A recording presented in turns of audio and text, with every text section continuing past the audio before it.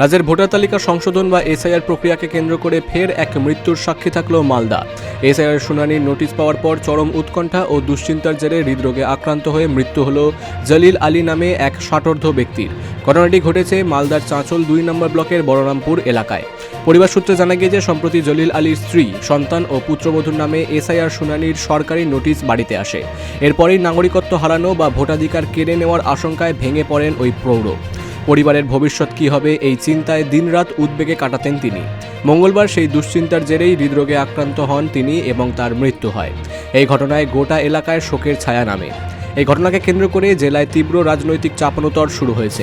তৃণমূল কংগ্রেসের জেলা সভাপতি আব্দুর রহিম বকশির শোকস্তব্ধ পরিবারের পাশে দাঁড়িয়ে নির্বাচন কমিশন ও বিজেপি সরকারকে সরাসরি আক্রমণ করেন। বেশ কিছুদিন ধরে আমরা লক্ষ্য করে দেখছি, আজকে জলিল মোহাম্মদ এখানে মারা গেছেন, কিন্তু এরকম কত মানুষ যে মারা যাবে তার ঠিক নেই। এমন একটা আতঙ্কের পরিবেশ সৃষ্টি করেছে একমাত্র পশ্চিমবঙ্গের ক্ষমতা লুট করার লোভে, ক্ষমতার লোভে কেন্দ্রীয় সরকার, বিজেপি সরকার, তার যে দালাল নির্বাচন কমিশন, সেই নির্বাচন কমিশনকে হাতিয়ার করে প্রতিদিন মানুষের নামে আজকে 200, কালকে 300, কালকে 400 এইভাবে প্রত্যেকটা মানুষকে হয়রানি করার চেষ্টা করছে, বিব্রত করছে। আতঙ্কিত গ্রামের মানুষরা, সাধারণ মানুষ যারা খেটে খায়, গরিব মানুষ যারা হয়তো শিক্ষিত নয়, তারা বুঝতে পারছে না, তারা ভাবছে এটাই বোধহয় এনআরসি, এর মধ্যে ডিটেনশন ক্যাম্পে পাঠিয়ে দিবে।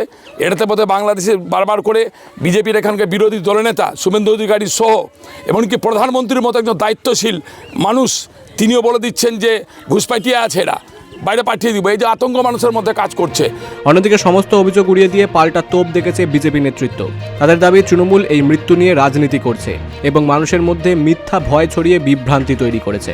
আমরা আজকে দেখলাম মালতীপুরের একজন বাসিন্দা, তিনি এসআইআর এর হিয়ারিংয়ে গেছিলেন, সেখানে গিয়ে অসুস্থ হয়ে পড়েছে।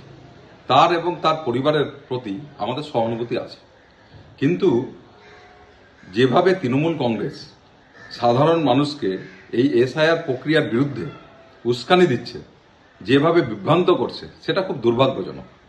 কারণ আমরা ভারতবর্ষের বাসিন্দা, আমাদের সকলেরই একটা দায়িত্ব আছে যাতে এসআইআরটা সঠিকভাবে হয়। কারণ এসআইআর সঠিকভাবে না হলে সঠিক ভোটার লিস্ট প্রকাশিত হবে না। সঠিক ভোটার লিস্ট প্রকাশিত না হলে আমাদের গণতন্ত্র প্রক্রিয়া বিঘ্নিত হবে। এই স্বাভাবিক সত্যটাকে তারা অস্বীকার করছে কেবলমাত্র নিজেদের ভোটে জেতার জন্য। এসআইআর নিয়ে আতঙ্কে রাজ্যে একের পর এক মৃত্যুর ঘটনা এখন প্রশাসনিক ও রাজনৈতিক মহলে বড়সড় বিতর্কের কেন্দ্রবিন্দু হয়ে দাঁড়িয়েছে। Bureau report, big news Bangla.